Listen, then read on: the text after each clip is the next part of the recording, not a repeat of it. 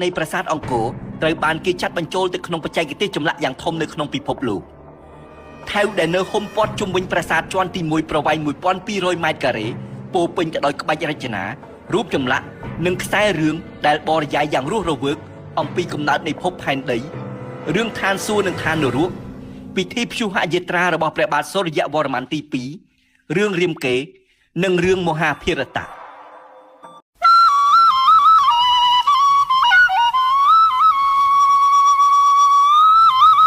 រឿងប្រាសាទអង្គរកាលពីគ្រិស្តសករាជ600មានចិនម្នាក់ឈ្មោះលឹមសេងនៅក្នុងខេត្តសៀងហៃលឹមសេងអាយុប្រមាណ50ឆ្នាំជាមនុស្សកំសត់ទុរគតណាស់គាត់បានខ្ចីប្រាក់អ្នកជំនួញម្នាក់ចំនួន6ណែនហើយទៅស៊ីឈ្នួលបម្រើម្ចាស់បំណុលនោះម្ចាស់បំណុលបានតម្រូវឲ្យគាត់កាប់ឆ្ការព្រៃមួយកន្លែងនៅក្បែរមាត់ទន្លេដើម្បីដាំដំណាំនៅរដូវដែលបុព្វជាតិទាំងឡាយត្រូវរីកផ្កាលឹមសេងតែងបេះផលដំណាំដែលគាត់បានដាំជារៀងរាល់ថ្ងៃយកទៅជូនម្ចាស់គាត់ថ្ងៃមួយមាននាងទេពធីតា5នាក់ស្ថិតនៅឯប្រាសាទព្រះឥន្ទបានហោះមករត់ប្រឡែងគ្នាលេងឋានក្រោមបានឃើញផ្កាក្នុងសួនច្បារតាលឹមសេងរីកស្គុះស្គាយប្រងព្រាតក៏បបួលគ្នាចូលទៅក្នុងសួននោះ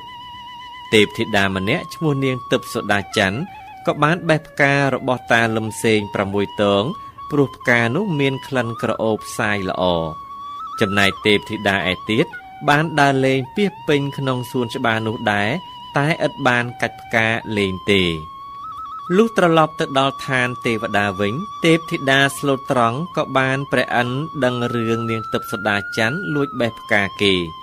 ព្រះឥន្ទក៏ទ្រង់សួរទៅនាងដែលមានទោសហើយផ្ដន្ទាទោសថាត្រូវឲ្យចុះមកឋានកណ្ដាលជាមួយមនុស្សលោកចំនួន6ឆ្នាំនឹងត្រូវជាប្រពន្ធតាលឹមសេងនោះនាងទិព្វសូដាច័ន្ទខ្មាស់គេណាស់អស់សង្ឃឹមក្នុងចិត្តក៏ហោះចុះមកឋានក្រោមជួបនឹងតាលឹមសេងហើយនាងនិយាយប្រាប់គាត់ថានាងលួចបេះផ្កាគាត់6តងឥឡូវព្រះឥន្ទដាក់ទោសឲ្យនាងចុះមកធ្វើជាប្រពន្ធគាត់ចំនួន6ឆ្នាំតាលឹមសេងឆ្លើយថាខ្ញុំក្រណាស់ខ្ញុំពុំអាចទទួលនាងធ្វើជាប្រពន្ធបានទេព្រោះចៅវាយខ្ញុំចិត្តអាក្រក់ណាស់គាត់បានឲ្យខ្ញុំទទួលទានគ្រាន់តែឲ្យរស់តែមួយខ្លួនប៉ុណ្ណោះនាងទេពធីតាឆ្លើយថាយ៉ាងម៉េចក៏ដោយចាំខ្ញុំជួយលោកតាខ្ញុំនឹងបង្រៀនវិជ្ជាសិល្បៈដែលគ្មាននរណាចេះដល់លោកតាបើលោកតាមិនព្រមទទួលខ្ញុំធ្វើជាប្រពន្ធតើធ្វើម្ដេចខ្ញុំនឹងបានទទួលទណ្ឌកម្មតាមការវិន័យនៃព្រះឥន្ទសូមលោកតាអាណិតខ្ញុំផងចុះតាលឹមសេងក៏ព្រមទទួលនាងទិព្វសូដាច័ន្ទមកនៅជាមួយនឹងគាត់ពេញចិត្តនឹងទេពធីតានេះខ្លាំងណាស់ព្រោះជាស្ត្រីដែលមានរូបសម្បត្តិល្អលើសស្ត្រីនានាមិនយូរប៉ុន្មានគាត់ក៏មានសេចក្តីស្នេហាលើរូបនាងទិព្វសូដាច័ន្ទកាលបើបាននៅជាមួយលោកតាលឹមសេងយូរមកនាងសង្កេតឃើញសេចក្តីលំបាកវេទនារបស់តានិងចិត្តស្មោះត្រង់របស់គាត់ក៏កើតមានចិត្តអាណិតតាជាខ្លាំងទើបនាងសួរគាត់ថាលោកតាបានខ្ចីលុយគេប៉ុន្មានដែរតាឆ្លើយថា6ណែននាងប្រាប់តាថា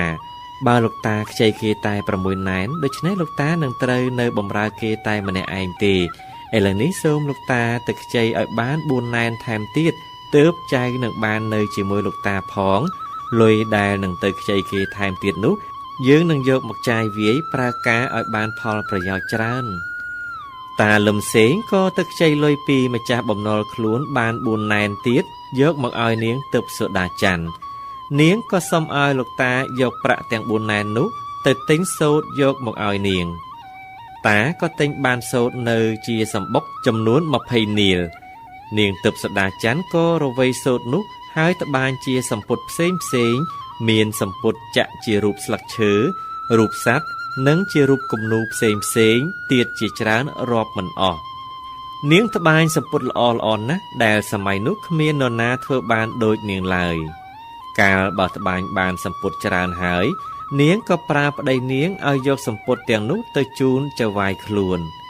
អ្នកម្ចាស់បំណុលយកដៃស្ទាបសម្ពុតមើលមានសេចក្តីស្ងើចក្នុងចិត្តក្រៃលែងព្រោះគ្មាននរណាមួយអាចចេះត្បាញដូច្នេះបានឡើយ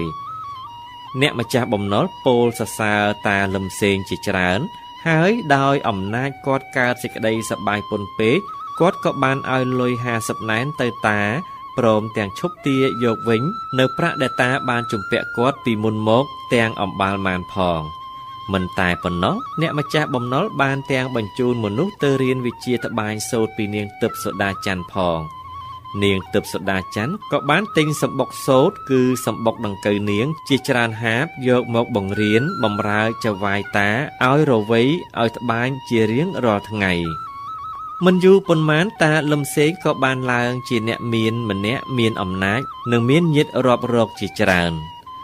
ប្រមាណជាមួយឆ្នាំក្រោយមកនាងទឹបសូដាច័ន្ទបានបុត្រប្រុសម្នាក់ទារកនេះរពឹសពន់ពេកនៅពេលដែលវាចេះវាចេះជីកដីធ្វើជាកំពែងការពារ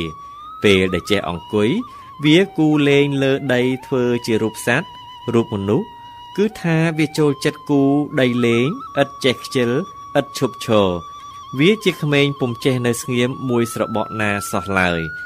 អាស្រ័យហេតុដូច្នេះទើបម្ដាយដាក់ឈ្មោះថាព្រះពឹសស្នុកាលុះកុមារមានវ័យចំនួន5ឆ្នាំនាងទឹបសូដាច័ន្ទក៏ត្រូវផុតកំណត់6ឆ្នាំដែលព្រះឥន្ទបានផ្ដន់ទាទោសតម្រូវឲ្យនាងមកធ្វើជាប្រពន្ធតាលឹមសេងដូច្នេះដើម្បីរំលឹករឿងនោះដល់តានាងក៏បេះផ្កាចំនួន6ទងយកទៅដាក់នៅលើខ្នើយដេករួចក៏ហោះទៅកាន់ឋានព្រះឥន្ទវិញលុះដល់ពេលបាយតាលឹមសេងដែលមានសេចក្តីងឿងឆ្ងល់និងមិនឃើញប្រពន្ធចេញមកបរិភោគបាយក៏ចូលទៅក្នុងបន្ទប់រកមើលឃើញផ្កា6ទងដាក់ចោលលើខ្នើយក៏យល់ន័យមួយរំពេចតាលឹមសេងក៏ទួញសោកស្ដាយរលឹកប្រពន្ធក្មេងដែលរត់ចោលបាត់ទៅនោះពន់ពេកអ្នកជិតខាងបានដឹងគេ